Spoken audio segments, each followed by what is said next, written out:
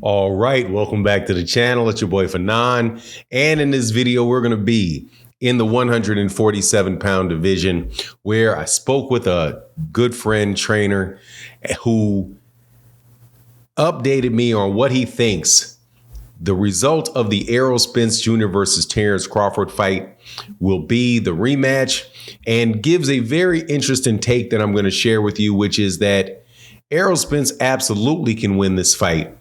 And he can do it, win that fight by doing a specific thing.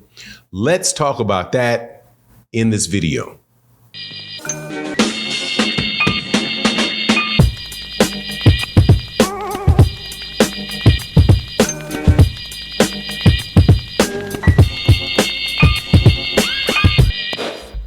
All right, welcome back to the channel. It's your boy Fanon, and in this video, we're going to be in the 147-pound division, where we're going to talk about this rematch coming up in February, most likely in February, between the undisputed 147-pound champion Terence Crawford and Errol Spence Jr., the former three-belt holder at that division.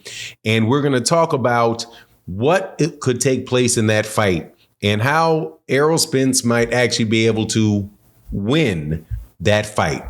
Now, before I get into the details of it, let me welcome you back to the channel. If you are new to the channel, please accept my invitation to hit the subscribe button, hit the bell icon so you can be notified of when we release more videos. And if you're a longtime subscriber and supporter of the channel, thank you so much for your continued support. And thank you to all you trolls out there that make videos about me and put my picture up.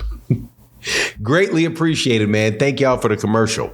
But anyway, let's get into this because, man, I'm going to talk about this fight this week because every once in a while, I feel like putting my head in the sand and ignoring what's going on in boxing this week.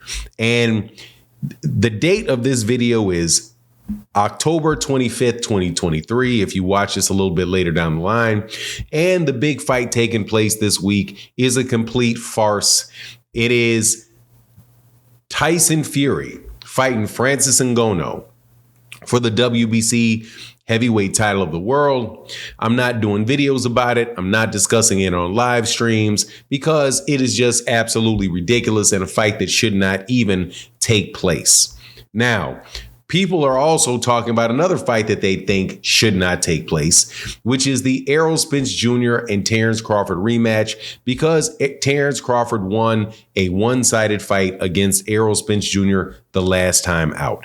So, of course, we've had months of fake Terence Crawford fans, and I do mean fake Terence Crawford fans, because they were not Terence Crawford fans before this fight. They were not Terence Crawford fans. Some of these same people were hating on Terence Crawford when he fought Francis Ngannou, were saying that Terence Crawford was not the number one pound fight, not the number one pound for pound fighter. It was Lomachenko. It was Chocolatito. It was Canelo. It was everybody but him. But now that somebody that they despised even more than Terence Crawford lost to Terence Crawford, they're on that bandwagon while that bandwagon lasts. Now, how long will that bandwagon last? I suspect it's going to be up until they find some other golden child to give their attention to, or mainstream corporate media finds some issue with Terence Crawford, like perhaps him losing. Now, I have a good friend who I speak to.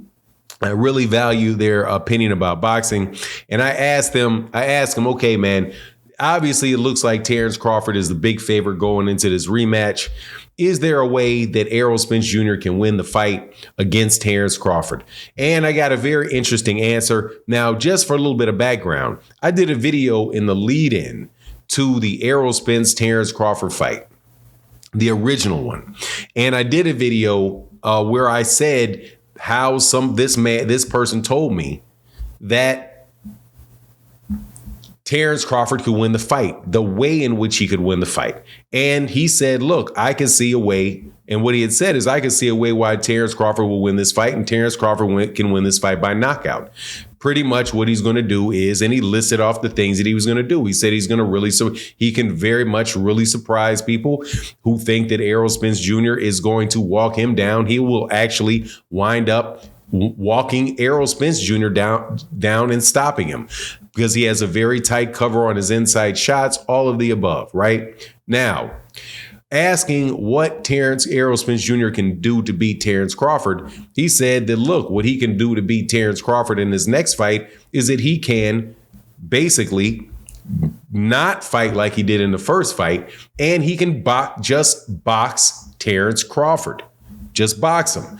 He said, if you wind up having a situation and be significantly less active, force Terence Crawford to take the lead and counter Terence Crawford off of Terence Crawford's lead, because Terence Crawford likes to react to what other people do. And he pointed out the guy that had probably the most success with Terence Crawford at the 147 pound division. And he said, look, man, it was Jose Benavidez.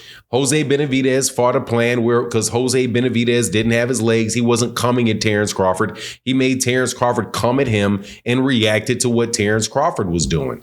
And as a result, wound up scoring points wound up scoring points, wound up catching Terence Crawford here and there. But he said, look, Jose Benavidez is not as good a fighter or as smart a fighter as Errol Spence. But Errol Spence Jr., his take was that because he was drained in that weight class, because he said it, his spin was that he was definitely drained. He said, yeah, obviously he was drained. And now remind you, this is somebody that told me pretty much exactly how Errol was going to beat him.